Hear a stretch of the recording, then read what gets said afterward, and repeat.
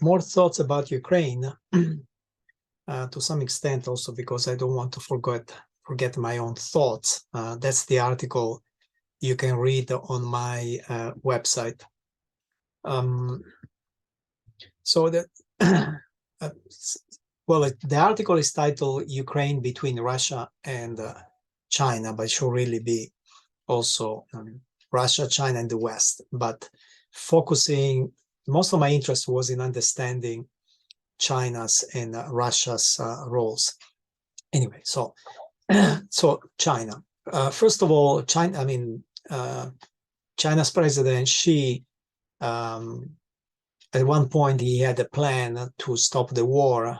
I think it was 12 points, and Ukraine rejected it right away because basically China wasn't calling Russia the aggressor explicitly. The intention may have been serious, but obviously if China really wanted to stop the war, it could do it very quickly. Just offer Chinese soldiers as a buffer between Ukraine and Russia, and just like the United States does in Korea, and that would instantly stop the fighting. And so one reason why Ukraine will not stop is that if they stop, there's a risk that Russia invades again. But if there are Chinese soldiers in between, then Russia cannot invade again, just like North Korea cannot invade South Korea without starting a war with the United States. So in my opinion, there might be just a reluctance on China's side to do something like that. But also the motivation, in my opinion, is not that long, because a prolonged war with no winners, in a sense, it's China's best scenario. I don't want to be too cynical, but think of it. China benefits geopolitically. Whatever the conclusion of this invasion, Russia will be poorer and weaker.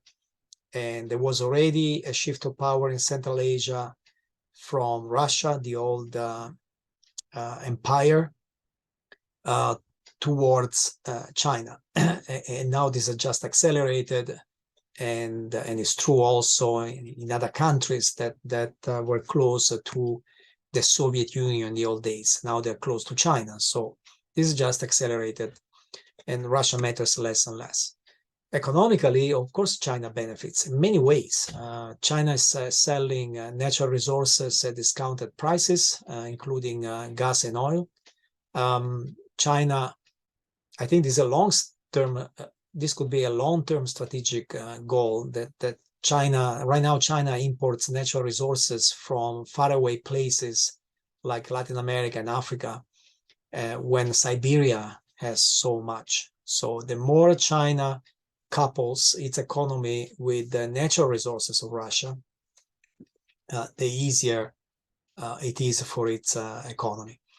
And at the same time, China has been very reluctant to sell weapons or anything truly strategic to Russia. So she said friendship without limits, but actually we have seen big limits. China has been pretty responsible from this point of view. It could potentially provide lethal weapons, and it hasn't. The West has provided lethal weapons to Ukraine. But China has certainly expanded the market for its technology in other ways. From smartphones to parts for cars, for whatever. It's the sanctions block Russia's imports. China has taken advantage. And so there's a new big market for China's technology. And the other thing that people don't realize, a side effect of the war, is that Europe finally decided to get rid of oil and gas as much as possible and shift towards renewables. But who's the main manufacturer of, for example, solar panels in the world? China. So actually, China benefits also from the European reaction to the war. So this war is actually helping China's economy. Also, there's a third reason why the motivation for China to stop the war is not so great. That China, like us, doesn't know who comes next. I mean, if the war ends in a bad way for Russia and Putin falls, which, by the way, I don't believe it was likely before, but now I'm beginning to think there is a chance, a serious chance. Well, if Putin falls, there's, as usual, two alternatives. Two major options? One is that we get another Putin, maybe even worse. But the other one is that we get a pro-Western, pro-democracy government. And in that case, the European Union, NATO, would suddenly reach the border with China. I mean, right now, China is very far from Western Europe. It's very far from the United States. It is annoyed enough the United States has military bases in Japan. Imagine if Russia becomes a friend of the West and suddenly China has a huge border with the European Union and NATO. Don't forget that recently the United States has created these alliances, the quadrilateral strategic dialogue to the south, and I don't know how to pronounce this, Australia, the triangle with Australia and Britain. So, I mean, the United States already has a huge advantage in surrounding China. Imagine if Russia. So you have to see, you really have to see Russia as a buffer. So Russia used to be a superpower, still is from the point of view of nuclear weapons, but you can also see it as a buffer between China and the European Union. The European Union is, at this point, is a purely economic power, not really military. Nobody fears the invasion, you know, nobody fears Italians or Spaniards or Austrians marching to invade another country. But it's certainly an economic power, and economic power usually has some kind of military, geopolitical influence. And think of it, the European Union has been expanding dramatically in just 30 years. The light blue countries are sort of the regional. Britain actually wasn't. And then this Spain got added, and then Eastern Europe, and now there are other countries, candidates to join, and you know, you can expect Ukraine very soon. So if you think of the European Union as an empire, I mean, thinking very old-fashioned, well, guess what? It's the only empire that has doubled its size in the last 50 years. The United States has not expanded since Hawaii became a state. Russia has actually been shrinking. It's no longer a Soviet Union. China actually is smaller than it was under the Qing dynasty. And so European, actually, if you look at it from the point of China, Europe, yeah, it's economic partner and whatever, but you don't really want it on your border. Putin doesn't want to see a democratic Ukraine on its border. I think there was a very strong motivation for Putin to invade. Having a democratic Ukraine on its border was really bad influence. Well, China doesn't want to see a democratic Russia on its border. China is separated by the sea from the democracies of East Asia, by a giant area of dictators, the Middle Eastern, Central Asian dictators from the democracy of the European continent, and by the Pacific Ocean from the democracies of the American continent. And I don't think China wants to change that. It's those buffers are important. So anyway, so the war in Ukraine could be the beginning of a new great game. The great game in the old days was the game for the control of Central Asia between Britain and Russia. The new game would be control of Russia. These are natural resources of Russia, control of Russia, and the great game would be fought between Europe and China. Again, no, you don't need to deploy soldiers. This becomes just a sphere of influence kind of game. You start seeing also the European Union becoming more hostile towards China. Until 2020, Europeans were generally friendlier towards China than the United States, and very happy to do business with China. China, by the way, imports a lot of strategic stuff from European countries. But then we've had the COVID pandemic, and now China's support for Russia in Ukraine, at least moral support. So now increasingly, Russia and China are lumped together in Europe, just like they are in the United States, which I thought is unfair for a number of reasons. But now it's in the United States, it's politically expedient to lump them together. And of course, now China gets demonized way beyond what it deserves to be demonized for. But now something similar is happening also in Europe. Now Russia's future is going to be interesting. This is all speculation, of course. But one thing is for sure. We see that Russia has to buy weapons and has to beg China for help. This is a very low point in Russian history. It didn't happen with the Tsars. It didn't happen with the Soviet Union. The Soviet Union actually was an industrial powerhouse. They were poor quality, but Russia was making kitchen appliances, cars, and just about anything, not to mention nuclear power plants, rockets, and so on. Who destroyed this industrial powerhouse? Putin. It was Putin's policies that turned Russia into a provider of natural resources. It was not evil NATO. So that's something that, with or without the war in Ukraine, has changed dramatically the future of Russia. Putin has created the conditions for Russia to become a colony of someone else. It cannot compete with the European Union. It cannot compete with China economically. And so I think it's inevitable that it becomes an economic colony of one of the two. And it just depends on who succeeds Putin.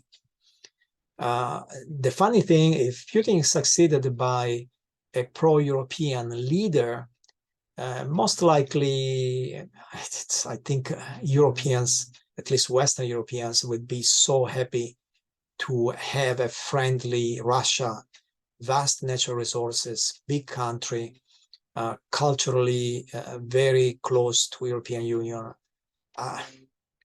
There's no doubt, in my opinion, they would be happy. China, on the other hand, if Russia comes closer to China, I can see China putting pressure on Russia to dismantle precisely what Putin fears from NATO, because at the end of the day, China cares for Siberia and probably is not too crazy about the westernized people of Moscow and Leningrad and so on. So I think Russia's future could be a dilemma: go west or go east. Now, who's going to be the winner after Putin? So far, the only politician who seems to have gained popularity within Russia is the leader of the Wagner group, who, by the way, has soldiers all over Africa. And so one could accuse the West of being blind in its effort to punish Russia. We are not creating a winner within Russia who could be a desirable successor to Putin. Now, there's a prime minister in Russia that nobody seems to know, Mikhail Mishustin. And guess what? She met with him when he went to Moscow, and then Mishustin was invited to Beijing, I believe, just a couple of weeks ago.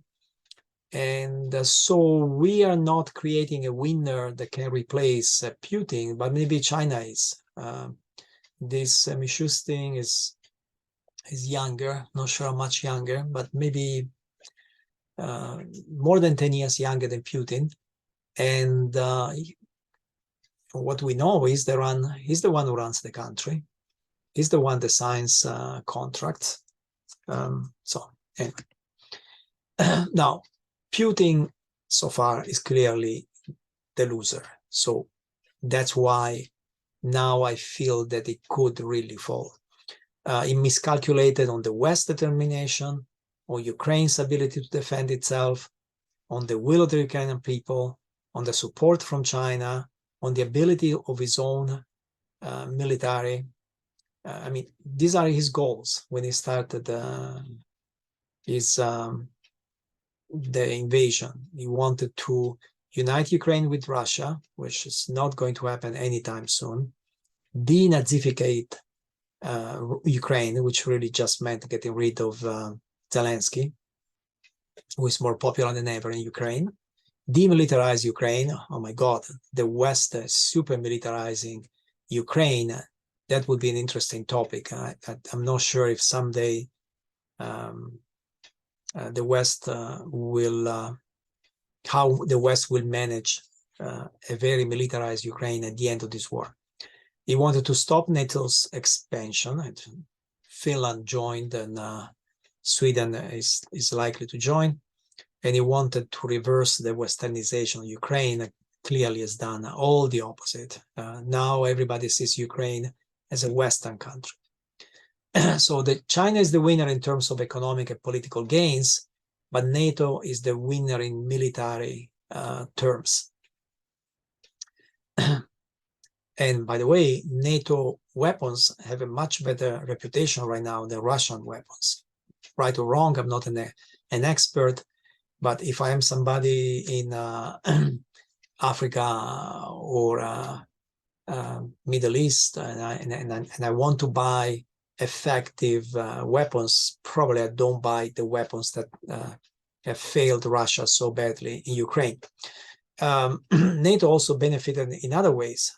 Germany has chosen to go along with NATO this time. Remember that in 2003, in Iraq and then in Libya, Germany didn't join NATO. Germany was correctly afraid that the invasions would destabilize those countries. And, Iraq is still a mess. Libya is even a bigger mess. But this time Germany went along, and it wasn't Merkel. It was a right-wing government. They have a socialist prime minister. And it's also significant that Eastern Europe has come out of its shell. I mean, for a long time, Eastern Europe was just following Western Europe, was basically a vassal of Western Europe. But this time it has been the driver of both sanctions and militarization of Ukraine. So they are no longer just satellites, they are very active. So, NATO is stronger, European is stronger. Now, could Putin still win the war? I think there is a way for Putin to win the war, and it's not in Russia, it's not with the military, it's with Donald Trump, some of the Republican politicians, and all these right-wing hosts, especially on Fox News. So I call it the fifth column in the United States. These are the people who are not explicitly pro-Putin, but de facto, they would like the United States to stop supporting Ukraine. If that happens, unfortunately, if the US stops supporting Ukraine, that will have will send shockwaves to Europe, and that could be Putin's biggest gift so far. Now, are sanctions working or not? Well, both. Sanctions are not working because in the short term, Russia has found ways to work around them. And this is, I think, not Putin, it's just ordinary Russians and many people outside Russia. So that there's a black market. There was so good at self-organizing. And then, of course, there are what I call dubious allies of the United States, like Turkey, Saudi Arabia, and Israel. I mean, Israel is shameful. I mean, Zelensky is a Jew attacked by Russia. I mean, Russia has a tradition of pogroms against the Jews. And I suppose Israel would know how to counter the Iranian drones. No Iranian drone has bombed Israel, right? So, and Israel has not provided any significant help to Ukraine.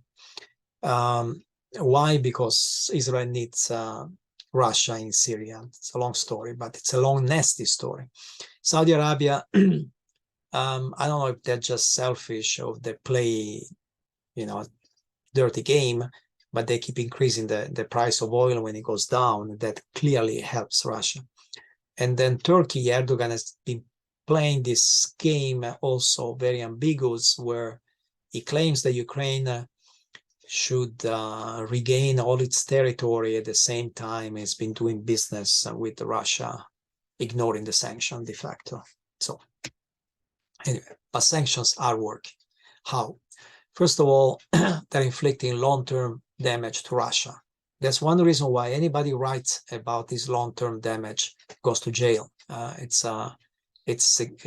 probably very significant damage in long run, but as usual, difficult to experience in the short term. And they're working also because they're eroding Putin's charisma within Russia. I don't think that the ruling class, like the prime minister I just discussed, the various managers of the state-owned companies and the famous oligarchs, the tycoons, these are people who run real economic entities, big companies or whatever. They know that there's a problem. So I think this has cost Putin in terms of his own charisma, his popularity. So the sanctions are working also in that sense. And then, unfortunately for Russia, the brain drain. I mean, so we're talking 155,000 Russians who have applied for residence in the European Union and Central Asia. And that doesn't count all the Russians who are temporarily out, but might also apply for residence in another country. Most of these are young, educated, westernized. And there's a huge exodus of brains from the country. The real problem with Russia, with sanctions, is different. It's not that they don't work. It's that they work too well, and so they will make Russia even more dependent on China.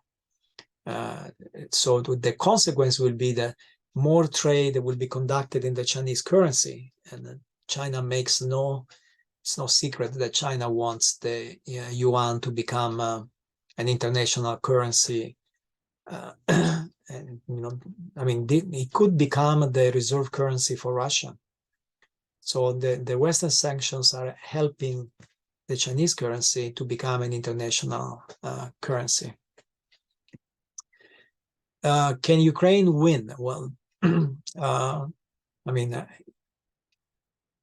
I don't know from the military point of view, but Putin keeps making references to ancient history. I think you should read more carefully what happened in 1147. The Grand Prince of Kiev founded Moscow, not the other way around. It was Kiev that invaded what is today Russia and civilized Russia, not vice versa. Kiev came first. So he has to be careful that history doesn't repeat itself. The biggest loser, humankind. Why?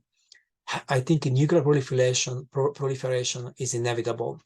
Yet again, a nuclear power has invaded a country that gave up weapons of mass destruction. In 1994, Ukraine gave up its nuclear weapons in return for Russia and the West to recognize and respect its borders. It lasted 2 decades. If you don't have nuclear weapons, you are a sitting duck for your nuclear neighbor. If you have nuclear weapons, you are treated with respect. Think how Donald Trump treated the little crazy, silly dictator of North Korea. Now, I want to talk a little bit about John Mearsheimer's thesis. He's an expert in great power geopolitics. I don't remember how he calls it, and he has at least one fascinating book. So his thesis, you can find many videos on YouTube. His thesis is that the war in Ukraine was caused by the West. It was the West, mainly the United States, that provoked Russia with NATO's expansion. And he argues that any Russian leader would have reacted like Putin did, would have felt threatened. Any country in Russia's position would have felt threatened by NATO expansion. And so from his point of view, Russia's invasion of Ukraine is a defensive war. It's not an offensive war.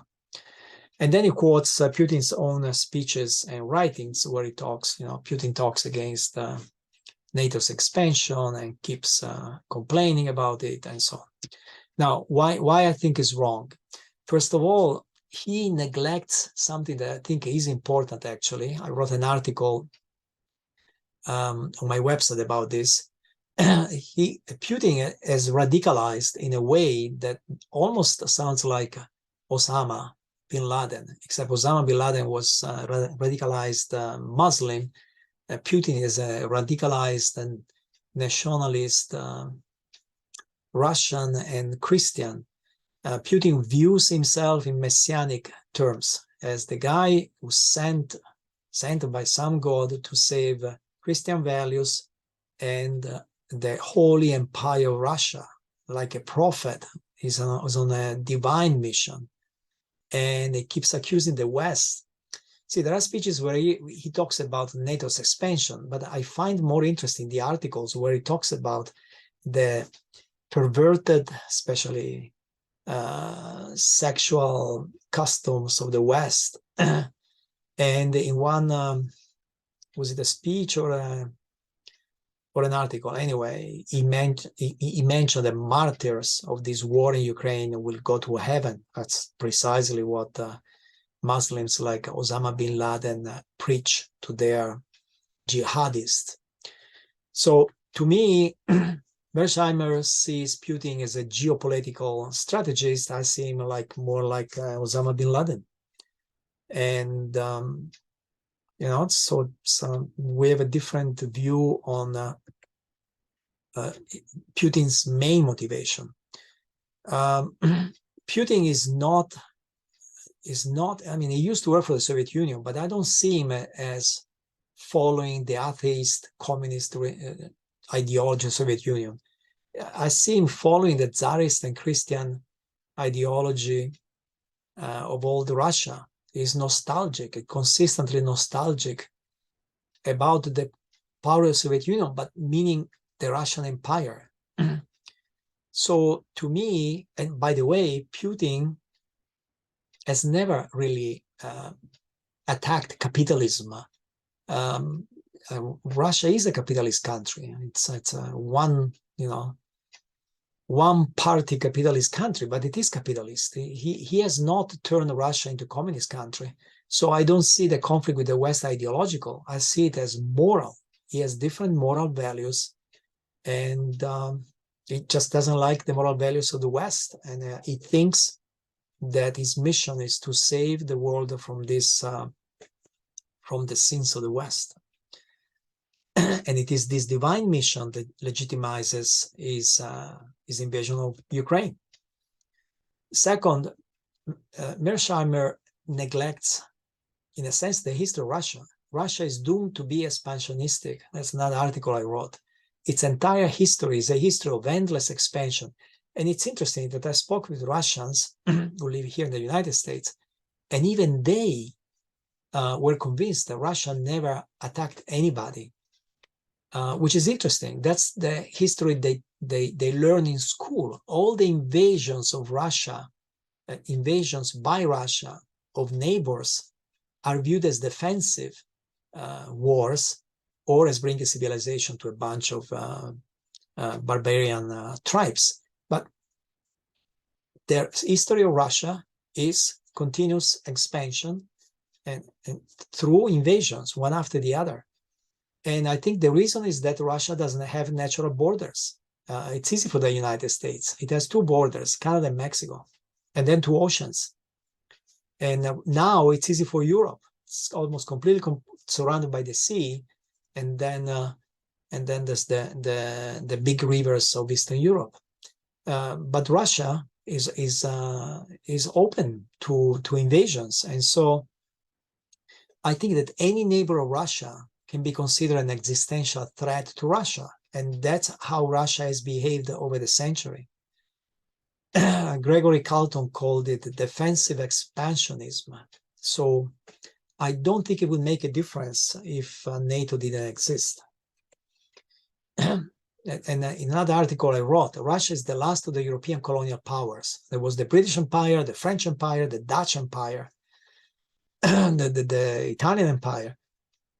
They all disappeared after World War I, World War II. You know, countries were led independent and so on.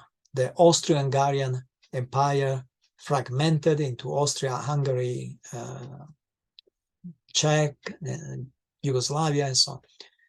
The Ottoman Empire fragmented in Turkey, Lebanon, Syria, Iraq, and so on, Egypt, and so on.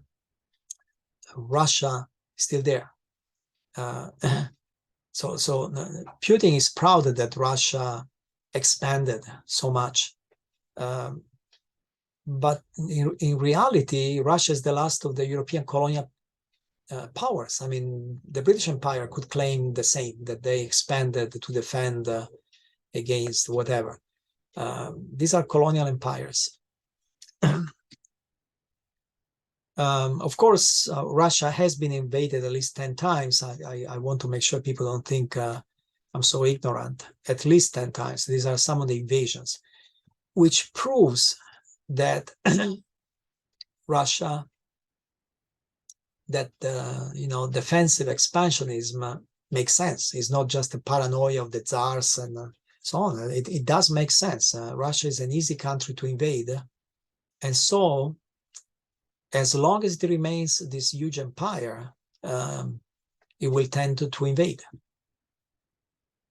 Now, the third reason that Mearsheimer is wrong, in my opinion, about this war is that he assumes that Putin is talking to us. When Putin rails against NATO, I mean, some people take him literally. I don't. I think Putin is talking mainly. Putin's speeches are in Russian. They are mainly for the Russian public, and they're mainly meant to stir up anti-Western, anti-NATO sentiment to be used for his divine mission.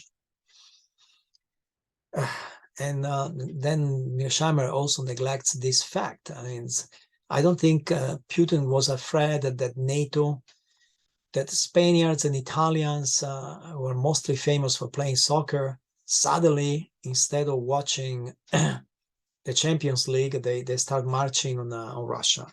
I think Putin was afraid that Ukraine would become a functioning democracy. I mean, it's embarrassing enough that Poland, that the Baltic states are free and prosperous democratic countries, and those were satellites of Russia. It would be extremely embarrassing if Ukraine, which Putin himself considers brothers, if they became a free, prosperous democracy. So I think the real red line for Putin was not NATO expansion. He knows that NATO has no intention of invading Russia. His red line was that very democratic, the Maidan protest, and then the democratic election of Zelensky. Mearsheimer also, he says Putin's reaction, the invasion of Ukraine, was inevitable given what the West has done. But that means Putin was an idiot. I mean, the result of his actions is more NATO expansion. And NATO expansion, NATO wasn't even looking for. I'm not aware of NATO trying to convince Finland and Sweden to join. Now, if that is the existential threat, then Putin just made it bigger. So that's I don't think Putin really believes that NATO is an existential threat to Russia. The existential threat to his regime is a prosperous, democratic Ukraine. The West is not an existential threat to Russia, but to Putin's mission, this divine mission to save the world from moral decadence. And he keeps talking about recreating the third Rome. There was Rome, then there was Byzantium, and then Moscow, and he sees Moscow as the potential leader of this reformed, moralized Christian world. Thank you. These are my thoughts.